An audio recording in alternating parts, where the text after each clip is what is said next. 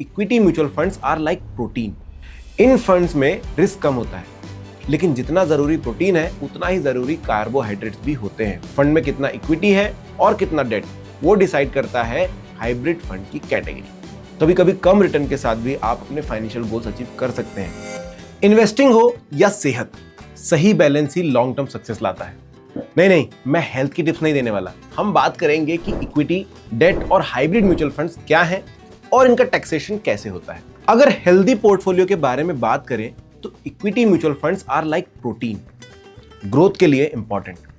वहीं date funds carbs की तरह हैं, source of energy and provide stability. और हाइब्रिड फंड्स बैलेंस डाइट की तरह है। कनेक्शन समझ गए ना?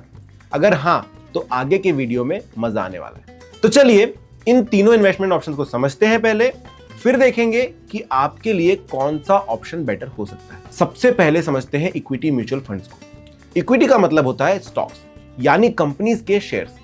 तो जब आप इक्विटी म्यूचुअल फंड में पैसा डालते हैं तो वो पैसा फंड मैनेजर यूज करता है स्टॉक मार्केट में इन्वेस्ट करने के लिए, जैसे Reliance, TCS, Infosys, HDFC bank जैसे बड़े बड़े कंपनीज के शेयर्स में। सपोज आपने 10,000 रुपए इन्वेस्ट किए एक लार्ज कैप इक्विटी फंड में। फंड मैनेजर ये पैसा लार्ज कंपनीज के स्टॉक्स में लगाता है। अगर मार्केट अच्छा परफॉर्म करता है तो आपका पैसा भी ग्रो करता है, जैसे कि having protein in your diet helps you grow. अब फंड एग्जैक्टली किस टाइप के स्टॉक्स या कंपनीज में पैसे इन्वेस्ट करता है वो डिटरमाइन करता है कि किस टाइप का इक्विटी फंड है, लार्ज कैप, मिड कैप या स्मॉल कैप। अगर कोई स्पेसिफिक सेक्टर की कंपनीज में इन्वेस्टमेंट हो रहा है तो सेक्टोरल या थीमेटिक इक्विटी फंड होगा। अगर आपको इक्विटी फंड्स और अच्छे से समझना है तो उस पर एक हमारा डिटेल्ड वीडियो है, लिंक आपको डिस्क्रिप्शन में मिल जाएगा। अब बात करते हैं डेट म्यूचुअल फंड्स की। डेट का मतलब होता है उधार, यानी bonds, debentures, government securities etcetera.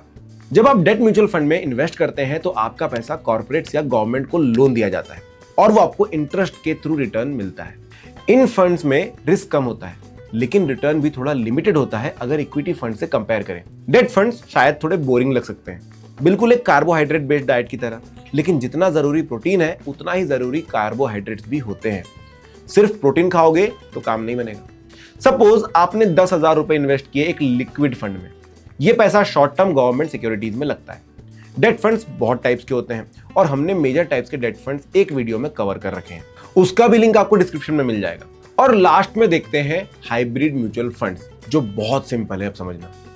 Hybrid का मतलब होता है मिक्स, इक्विटी भी और डेट भी। ये फंड्स दोनों में इन्वेस्ट करते हैं, जहां इक्विटी से लॉन्ग टर्म ग्रोथ मिलती है और डेट से स्टेबिलिटी। बैलेंस्ड एडवांटेज फंड एक पॉपुलर हाइब्रिड फंड टाइप है।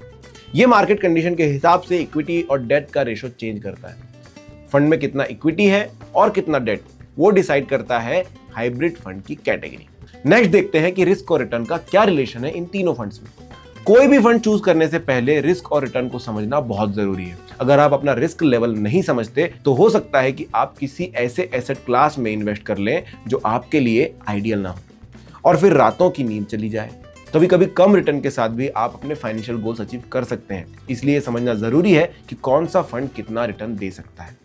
स्मार्ट इन्वेस्टिंग का फॉर्मूला सिंपल है, सही बैलेंस, सही रिस्क मैनेजमेंट और सबसे जरूरी सही समझ। तो चलिए ये भी देख लेते हैं। रिस्क की बात करें तो इक्विटी फंड्स में हाई रिस्क होता है क्योंकि मार्केट ऊपर नीचे होता रहता है और इस वजह से यहाँ फ्लक्चुएशन भी ज्यादा होती है। एक बात हमेशा याद रखनी चाहिए, जितना रिस्क उतना ही रिटर्न का पोटेंशियल। पोटेंशियल वर्ड समझना जरूरी है। चांसेस ज्यादा होते हैं हाई रिटर्न्स के, बट गारंटी नहीं होती। अगर आप 5 से 10 साल तक पेशेंस रख सकते हैं तो आपको कंपाउंडेड एनुअलाइज्ड 12 to 15% या कभी कभी उससे भी ज्यादा रिटर्न्स मिल सकते हैं। लॉन्ग टर्म में ये वेल्थ क्रिएट कर सकता है। पेशेंस, स्ट्रेटेजी और सूटेबल फंड सिलेक्शन, ये ही सक्सेस की इन्वेस्टमेंट रेसिपी हो सकती है। अब बात करते हैं debt mutual funds. Equity mutual funds के कंपैरिजन में इनमें रिस्क काफी कम होता है, लेकिन रिस्क कभी भी जीरो नहीं होता। इनमें interest rate risk, liquidity risk और क्रेडिट रिस्क होता है। डेट फंड्स वाले वीडियो में हमने डिटेल में बताया है रिस्क, बट बिना डिटेल में जाए अगर समझें तो एक टाइप का रिस्क समझ लेते हैं। डेट का मतलब है लोन देना, जैसे कि हमने स्टार्टिंग में बताया, तो अगर लोन दिया है तो डिफॉल्ट का चांस तो होगा ही। ये एक मेन रिस्क है डेट फंड में। आपको डेट फंड्स में 6 से 8% एनुअलाइज्ड तक रिटर्न मिल सकता है, जो यूजुअली फिक्स्ड डिपॉजिट से बेटर होता है और इन्फ्लेशन को बीट करने में हेल्प करता है। और लास्ट में आता है हाइब्रिड म्यूचुअल फंड। ये तो नो ब्रेनर है। इक्विटी और डेट का बैलेंस बनाते हैं हाइब्रिड म्यूचुअल फंड्स, जिससे रिटर्न और रिस्क दोनों प्योर इक्विटी फंड से कम होते हैं। अगर मार्केट गिरता है तो डेट पोर्टफोलियो थोड़ा स्टेबिलिटी प्रोवाइड करता है, ताकि आपके ओवरऑल रिटर्न्स पर ज्यादा इंपैक्ट ना पड़े। रिटर्न कंपाउंडेड एनुअलाइज्ड 8 to 12% तक हो सकता है, जो मार्केट कंडीशन और फंड के इक्विटी एक्सपोजर पर डिपेंड करता है। जितना ज्यादा इक्विटी एक्सपोजर होगा, उतना रिटर्न और रिस्क दोनों ज्यादा हो सकते हैं। अब देखते हैं how taxation works in equity, debt and hybrid funds. Taxation एक इंपॉर्टेंट पार्ट है इन्वेस्टमेंट डिसीजन में, सो वो भी देख लेते हैं कैसे वर्क करता है टैक्सेशन। इक्विटी म्यूचुअल फंड वो होता है जिसमें एटलीस्ट 65% पैसा इक्विटी स्टॉक्स में लगा होता है। Short term capital gain tax और एसटीसीजी तब लगता है अगर आप इन्वेस्टमेंट 12 मंथ से कम के लिए रखते हो। एसटीसीजी 20% होता है आपके गेन्स पर, चाहे आपकी इनकम कितनी भी हो। Long term capital gain tax तब लगता है जब आपने इन्वेस्टमेंट 12 मंथ से ज्यादा होल्ड किया हो। 1,25,000 रुपए तक कोई टैक्स नहीं लगता एंड उसके ऊपर गेन्स पर 12.5% टैक्स लगता है। अब चलते हैं डेट फंड्स पर। अगर आपने 1 अप्रैल 2023 के बाद डेट फंड में इन्वेस्ट किया है तो आपके gains short term capital gains की कैटेगरी में आएंगे। आप कितने टाइम के लिए फंड होल्ड कर रहे हैं, इट डज नॉट मैटर।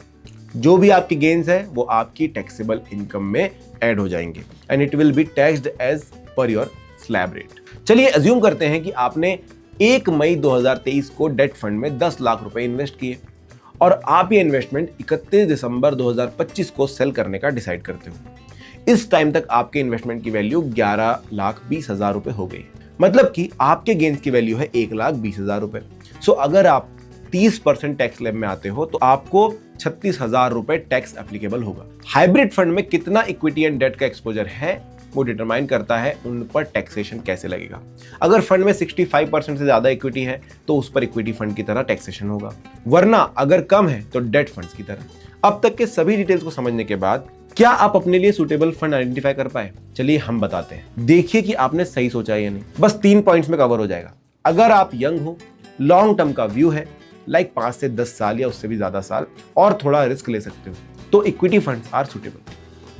अगर आप कंजर्वेटिव हो, शॉर्ट टर्म गोल्स हैं बिटवीन 1 से 3 साल, या आप रिटायरमेंट के पास हो, तो डेट फंड्स स्टेबल ऑप्शंस हैं। 50s में ज्यादा प्रोटीन नुकसान करता है। अगर आप मॉडरेट इन्वेस्टर हो, ना ज्यादा रिस्क लेना चाहते हो और ना ज्यादा कंजर्वेटिव हो, या रिटायरमेंट के आसपास हो और थोड़ा ग्रोथ भी चाहिए, तो hybrid fund can be a suitable choice. Final decision आपके financial goals, age, risk appetite और टाइम होराइजन पर डिपेंड करता है। अगर आपको अब भी कोई कंफ्यूजन है तो अपने सवाल कमेंट्स में पूछिए, क्योंकि सही फाइनेंशियल डिसीजंस की शुरुआत सही नॉलेज से होती है। म्यूचुअल फंड निवेश बाजार के जोखिमों के अधीन है। योजना से जुड़े सभी दस्तावेजों को ध्यान से पढ़ें।